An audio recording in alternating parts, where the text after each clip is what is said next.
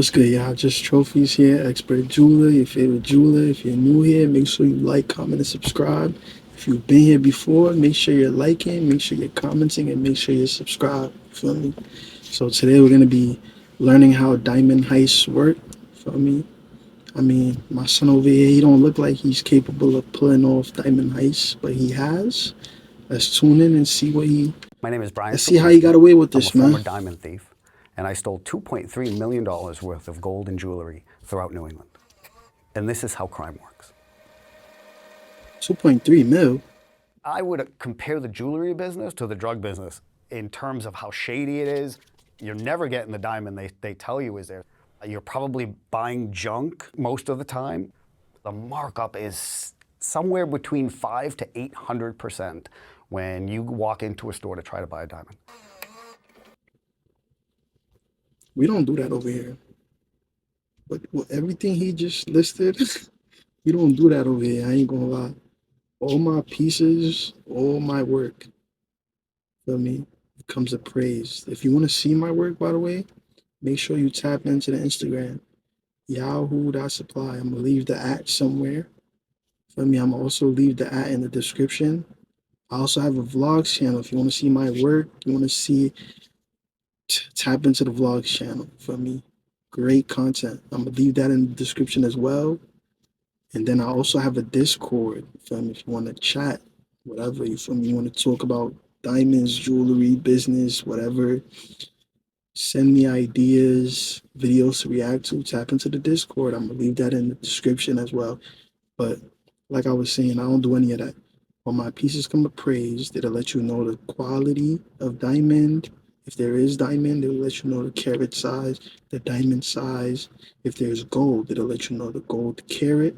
And then it also lets you know how many grams of gold. And then it also lets you know the appraised value. And all of this is inspected by GIA certified personnel. You feel me? All that nonsense he just listed, we don't do that over here. You feel me? Let's get back to the vid. Other jewelers might over here. Nah. Let's tune back in. Picking the targets. Let's see. I How was does he 20 pick the when this victim? started, 25 when I was arrested. So it was a 5-year span. So you had my dad, who was the mastermind. My brother, Nah, he was the muscle. I was usually the driver. I ain't gonna lie, his pops, his pops, he said his pops the mastermind. Why his pops look like what's his name? The guy off Despicable Me. And then his brother, why his brother look like a generic bank robber, like just I mean like a cartoon robber, just like a generic cartoon robber, like what the hell? Was usually the lookout. Nah, We had an him, he inside don't look guy. like he's Bill was a friend capable of of my doing dad's. none of So this, he like basically feed us who was a good person to go after. If we were going into a store, he we would can't tell judge a us book by its where the cover, you safe feel is, what me? time the safe opened up, what time the guy would be there. He himself was a traveling salesman. That's how he knew everybody. We used Bill to place an order if it was a store, just so we knew that that product would be in the store and we'd have a certain amount that we'd be able to get from the store. The landscape at the time was you had a lot of Nah, mom they and had a pop jewelry any stores. like You didn't real have a right whole lot any. of chains. There was K Jewelers. There were a couple of like major chains, but most of them were independent, and they had traveling salesmen with their product line in their car, and they would travel to these stores and try to sell to them. We tried to hit anybody that had claimed false insurance or false robberies prior. We never went after anybody clean. And that's very hard to find in the jewelry business. You'd be surprised how many of these guys are reporting. He said it, not me, but over here we're clean. We're clean. I ain't gonna lie. I think I'm playing, but I'm not even playing. Like we're clean. But they had a real right any. I ain't gonna lie. That he in different jewelry stores. He know the inventory. He know they stock. He know what time they pull up. He know all of that. He know the security. He know they had the real right any. I ain't gonna lie. Let's see what else is going on. I'm gonna Fake try not to robberies pause this a lot. and taking the insurance money. The recon, grabbing a slice. Casing a job is it's maddening, but it's super, super, super important. It's about recognizing traffic, what time a patrol car might go by. All of this stuff fed into what time of day we would do a job, usually during the day. We didn't mind crowds. Crowds could sometimes How the help hell you. could a crowd People, help? being interested in what's going on there. So for Seabrook, for the Woody job, it was basically what time does he come to work? Where does he pull his car up? The Raynham robbery, my brother and I went into a Papagino's right next door, grabbed a slice, and then went back in the car and ate it, and everyone from Papagino's remembered us. Every single person. So that's one of the things about case. Nah, what? So before a diamond heist, y'all went into a pizza shop? I'm guessing by the jewelry store? In the same clothes y'all robbed the jewelry store, y'all went into a pizza shop, probably without y'all masks, and y'all copped a slice of pizza. Y'all, You got to notice, but you can't be noticing. So the cars that we used were never ours. We would go back at night, take the car, we'd go into a mall parking lot, I would unscrew somebody's license plate, we would put that on the car, we would use the car. My dad would. hold on. So y'all, are y'all stealing cars and swapping the license plates on the stolen cars? Like, I'm confused. Like, what is he talking about? Like, somebody in the comments, let me know. Or are y'all using y'all vehicles? Like, are you using your vehicle and swapping the license plate with like somebody's random car? Or like, because I'm confused. Like, why would you steal a car and then swap the license plate? Like, the car nor the license plate is associated with you. So like, what is you talking about? Nah, bro. What? I'm bring it that back the next confused night. right now. He'd just leave it back on the lot. You could never prepare for every eventuality. There would be no scenario that we could practice and go through that wouldn't eventually present some issue that we would have to overcome. The 90-second rule. I would go in as a customer based on being as average as possible, but I didn't like it either. It was nerve-wracking. Having a duffel bag with rope, bolt cutters, just in case we had to cut a lock that we didn't have a key for. My dad would go in with his girlfriend. It sounds so sexist, but we needed to have a female. Most of the traveling salesmen that we were going after were males, so it wasn't necessarily about how many bodies we needed, it was more about what gender it was. One of the things that we had to do was make sure that we could get into the safe. We knew that if the insurance company protocol for you having loose diamonds and being able to sell them and have them insure them is that every single time you go to that safe to bring a diamond out, that safe gets relocked. But my dad did it in a way that he kept sending the guy back and forth from the safe, that eventually the guy would just leave the safe open. And most people didn't follow the protocol to the letter. So once we knew the safe was open, that's when we would take down the store. Nah, It was 90 seconds at that's the tactical. beginning of the robbery. So when my dad and his girlfriend go in there and start talking, that's not the 90 seconds. It's 90 seconds from when Kev comes in and the guy's subdued. That's when we hit the clock. And that 90 seconds is done. I don't know what you have in your pockets, but we gotta go. Nah, he's So there were smashing times we the left a case behind. We didn't take everything. The Yo, 90-second rule he's came from bank robbers. trying to get in They there. tell you Like, that you cannot spend 90 seconds in a bank because if you go for the vault, it's going to be more than 90 seconds and you're dead. Everything was based on Kev. He could subdue a victim. It was either cuffs or duct tape or sometimes just standing over him with the gun. So my brother would jump over the case, grab him, and put him down. Say, just keep your mouth shut. We'll be out of here in a couple seconds. Nobody's going to get hurt. My dad went after the safe. I I ain't gonna lie, nah, that's not working in 2024, man. I mean, what he's talking about, that's like they doing that in the 1900s in New England or wherever he said he was pulling these off shots.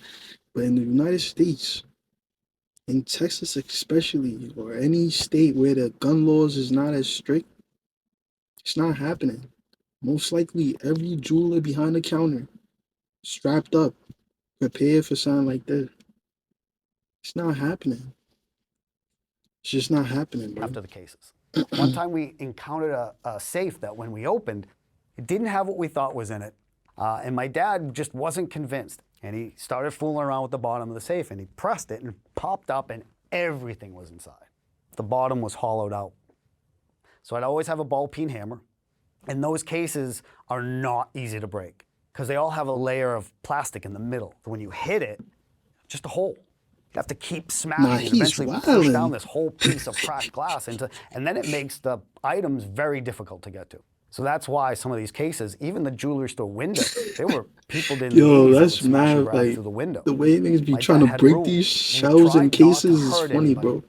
In the scenario that we were going into a store that wasn't ours, and we were looking to rob a traveling salesman, we would stage it so that when the guns were pulled out, Yo, is they this were only live pointed footage? Is at the this like victim. really him? So we purposely Like didn't at work? point them Is at that the his store brother right owner, there? so Like, that the victim would say, hey, is he in on it? And that's exactly what happened. the security. There was a plan that my dad had and wanted to hatch that we would go in and actually take down as many stores as we could in the Jewelers building in Boston. There was an actual building with 5 or 6 floors full of jewelers. It was something that we squashed because the front desk guy was a police officer. We never had to deal with any security guards because at the time there weren't many jewelry stores that required an armed guard be there. The only one was the double doors, and we didn't even go in. And you'll notice that about most street level jewelry stores is there's a foyer, and you cannot hold both doors open together at the same time. You'd have to go through one, take a number of steps before you get to the next one. And that's because they can lock that foyer. And at that point, we're like, nope, most of these stores buzz you in. I can't get into a jewelry store now without being buzzed in. They don't use a high-tech security system during the day because you have foot traffic. And that stuff, you know, are you talking about laser beams that are tripped once you go past them? Well, you can't use that during the day. There are alarmed cases now. But again, you have to consider who's responding to the alarm. When's the last time you did anything about a car alarm? If during the day, during business hours, an alarm is going off, I think for a good When the couple of last minutes, time? most people are going to think it's a fluke and wait for it to shut off. Most people's first instinct isn't to call the police when they hear that. So now you have a live armed guard in a store now. I think the Pink No, Panther he was breaking out and of there. entering style jewelry store robbery went away when security systems didn't have to be connected to your phone. Yo, So once a silent alarm once it's tripped, it can contact the satellite. The satellite calls the cops. You can't stop that unless you find a way to cut the electricity to that entire structure. And even then, they have backup systems. So yes, if the power does go out, that security system's still going to work. what you taking in there? Jewelry party, nah, they wildin'. If we left in the stolen car, we would meet the Bronco, we'd throw everything in the back, and I would go home. That's when I had the opportunity to start going through this stuff. We had to keep the stuff in the house. So we would have $500 to $1 million worth of jewelry, retail, wholesale, that's probably about 100 grand worth of stuff. My dad would separate it into, here are the necklaces, here are the bracelets, here are the They was rings, getting here are the busy. uncut gems, here are the cut gems, here are the set gems. From there, it's just putting them into packages that we could sell to jewelry stores. High-end stuff is super, super, super hard to sell. You know, little trinkets, little chains. My dad made more money off these little glass jars with little beads inside. If it sparkles, people will buy it. So for us, no, there wasn't a level of preference in terms of what you were grabbing, but You gotta go for the gold, man. I got Gotta go 5 for the cases in gold. front of me, and one's full of diamonds and one's full of gold chain. I'm going for that. The gold chain is way easier to sell quicker than a diamond ring is. You don't want to deal with uncut, because then you got to go find a place to cut them, and that's not easy to do. I would rather sell you a I mean, does set it really stone than matter? Like, does it really matter what you grab? Like, you didn't pay for anything. Feel me? Like, it's free. So it doesn't matter. Like, I don't get that. loose It don't stone matter. because more of it's done and you can charge But more you for it. definitely You gotta can charge grab you the for gold. So when you go in and you buy a diamond now, you're paying for the diamond, you're paying for whatever the gold is in weight. Bill was our main dump site for a lot of the stuff. Was the other person. He was a jeweler in Nashua. And this was a guy that understood that the markup is where you make your money. And if you buy stolen stuff, you can mark the hell out of it. So if you buy it at 50 cents on the dollar, He you can talking already about just a charge markup what on stolen you stuff. normally would. Charge a little bit more and really, really clean up. Bought a lot of our stolen stuff in bulk. So getting rid of jewelry in bulk, very difficult to do, because as soon as you have your hands on it, you're an accomplice. So there's a lot to it. So you got to understand, after a robbery, every single pawn shop is, you know, the cops say, if you see any of this stuff, you call us. So we couldn't just go to a pawn shop and say, here, buy all this stuff. We put it through piecemeal. So it's great to have a pocket full of diamonds. But if you don't have anywhere to dump it or fence it, and fencing is what we call the selling of stolen goods. Get caught buying fenced stuff, and you're screwed. And that's how most people get caught in these situations. Jewelry party is where you just invite a bunch. It's like a Tupperware party with jewelry.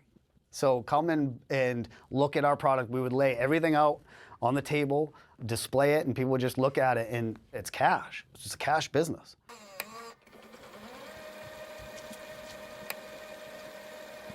Dip it in bleach. A lot of diamonds are laser inscribed with serial numbers. You can buy fake paperwork for this stuff. So at the time, it was rare that anything was engraved. The technology wasn't there, and the technology was expensive. So you have now certifying bodies out there that will give you a certificate that says this is the diamond you're buying, and this is how it's graded, and this is blah, blah, blah. But you can pay for those. One of the ways we used to tell was scraping glass. You might go into a jewelry store or a pawn shop, and they'll take a little pen and they'll hit it with a little electrical current to tell if it's a real diamond. You're pretty much okay buying any gold, but you got. All right. He just said you could pay for that, whatever. Also, I also have a DIA True Jumbo scanner. If you don't know what that is, that's a $20,000 diamond tester scanner. Feel me? You load it up. You load up the tray. Put it in a machine. You hit start. It does its thing. Feel me? And it'll let you know what type of stone it is. Feel me? It'll let you know if it's CBD, lab diamonds, you feel me, moissanite, or natural diamonds, HPHT, and a lot of imposter diamond stones, you feel me. I could assure you that your stuff is gonna be real, bro. He's trying to, feel me, he's trying to make it seem like every jeweler is out there handing, not me. Feel me, not me. I could assure you it. Gotta make sure it's stamped. So if you have a piece of gold that's, they say is 18 karat gold, but there's no stamp that says 18K. Another thing too, I mean, you could stamp anything. You could stamp a stainless steel and put 18 karat gold on it and get it plated. You feel me? You could do that. But I also have a gold tester. You feel me? You load it in there, close it up, start it up. It'll do its thing, and it'll let you know the carat. You feel me? So I have, bro. I got you covered. That's the message. I got you covered. It probably isn't. You don't got to go Gold through will none of not, that. magnetize. Everything he's just, you don't got to might be go a through way. none of I used that. to I try got to- you right here. I'd take some of the stolen jewelry and try to sell it for drugs, and they used to dip it in bleach because they say bleach reacts to the other metal that's in the gold. That's not true. It doesn't work. I'm not going. If you're wondering how that process looks like, just trophies. Tap into the vlog channel. I'm trying to tell you. The vlogs channel. That's where you're gonna get the. I gotta tap in. I'm gonna leave the link in the description. Go into a store and buy jewelry right now because you're paying an exorbitant markup, and you don't know. You don't know if it's real. Some people are probably looking at their hand right now, wondering whether or not what they have on there. You know, yours isn't worth anything. You sitting there, you know yours isn't worth nothing. Come tap in. I'm gonna take care of you. Great prices. I got you. Hand is worth anything, but diamonds are not rare. A flawless diamond is rare, but sapphires and emeralds are way rarer, if that's even a word, because you just don't find them flawless very often, and you don't find them treated or enhanced in some way artificially. Most of the insurance scams He's that I talking some observed or facts. I ain't gonna hearing lie. secondhand what the person reported was stolen from their store. Every job that we did that Bill was able to go and talk to that person afterwards without knowing that Bill was the one that helped rob him, we heard what he said was stolen. And it was always double, at least double. These guys are taking this problem and turning it into an opportunity. And that's why you're paying so much for insurance, is because these guys, insurance companies are getting screwed. These dirty jewelers, pretty man, they're bad. going crazy. They're going crazy.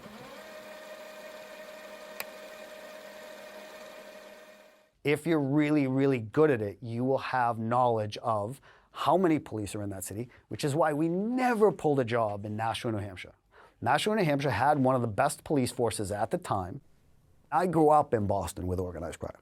I wasn't in it, but we all knew the Angelos ran the state. Ran all of the waste management, all the construction, An entire section of Boston was devoted to strip clubs, drug dealing, and the second you stepped out of the combat zone and did any of that stuff, either an Angulo or somebody from that crew or a cop would thump you for it. That was the place you did it.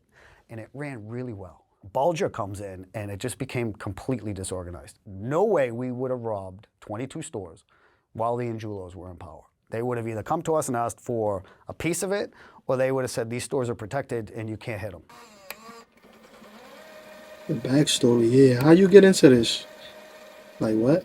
When you think to yourself, how does a father get his sons involved in something like this? My dad lived a very different childhood than we did. He grew up in Chelsea, right next to Heller's Bar. Heller's Bar was a mob bar. Right behind Heller's was a huge dirt parking lot where frequently my dad would leave his house and see a tractor trailer pulled from East Boston docks, where the mob picked up most of their stuff. They would park it in the back of Heller's, and that's where they would sell everything. And my dad saw this. So my dad followed every rule. He went to college. He was an upstanding member of society unless there was something on the ground that wasn't tied down that he could take.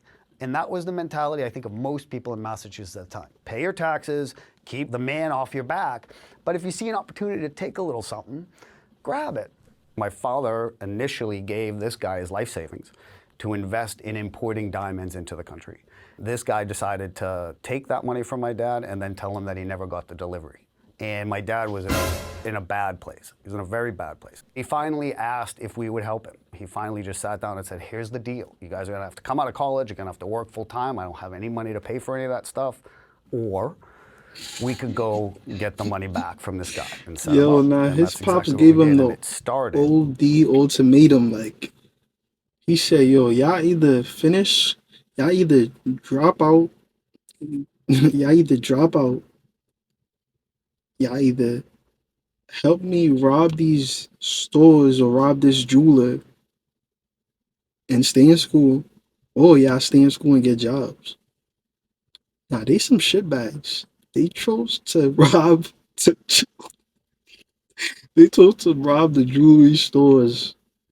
Now they took the risk for the bag, but they some shitbags. Like you could have stayed a good member of society and got a job and stayed in school. Whatever, man. The Whatever. beginning of 22 other Stay in robberies. school. It started as we got to save dad.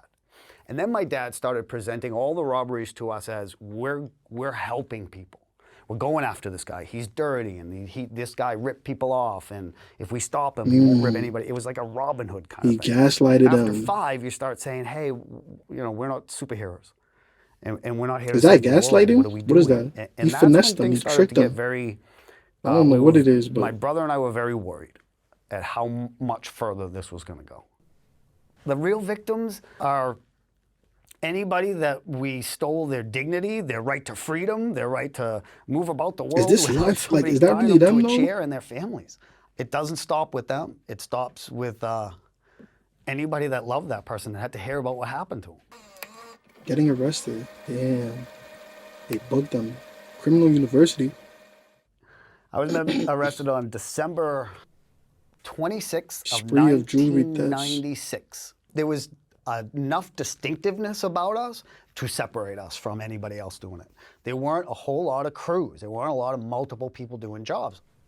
I went to rehab and I stopped doing robberies. My brother and father continued. They did 2 more and then they did 1 after prison. But I stopped because I had sobered up and I went back to school to become a drug and alcohol counselor. My brother was always arrested. My father was already arrested. They were both sitting, awaiting trial, and I knew they were coming for me. To me, Neighbors couldn't believe it. prison Like, yeah, I know y'all was a seen that. lot like criminal university. Like I said in the beginning, your mans do not look like he's capable of this. Like at all. I ain't gonna lie. Like at So many all. inmates will go in there and be like, okay, what did you do? How did you get caught? Okay, and they leave with knowledge of how to get away with it. So prison it can be an education in terms of if you want to keep doing what you're doing, that's the place to go and talk to the people that got caught and figure out how to do it right. I think the hardest part of my prison sentence wasn't the jail time.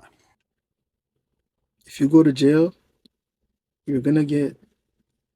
I'm not even about to. I'm not even about to say nothing, yo. Just stay in school.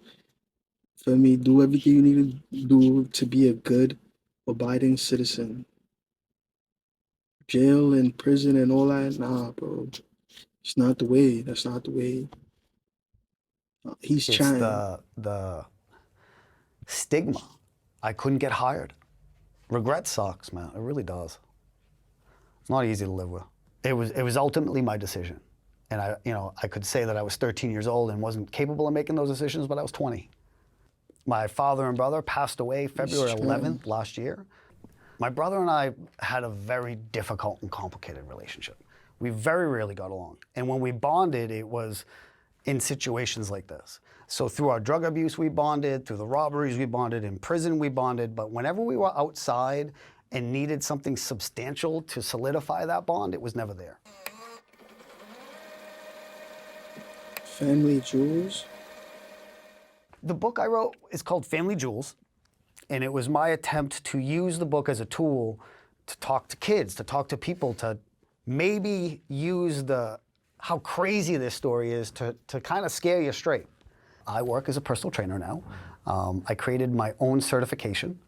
I wrote my own book that lists the programming for this type of exercise, and it is now approved by 4 certifying bodies for personal training. I do the podcast. I do Family Jewels podcast. Podcast allowed me to go into greater detail.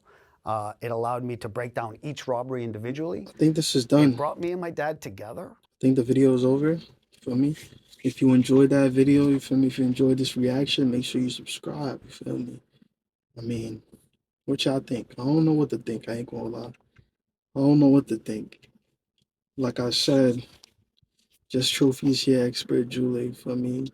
Vlogs channel in the description. You want to see why I consider myself an expert jeweler? Tap in.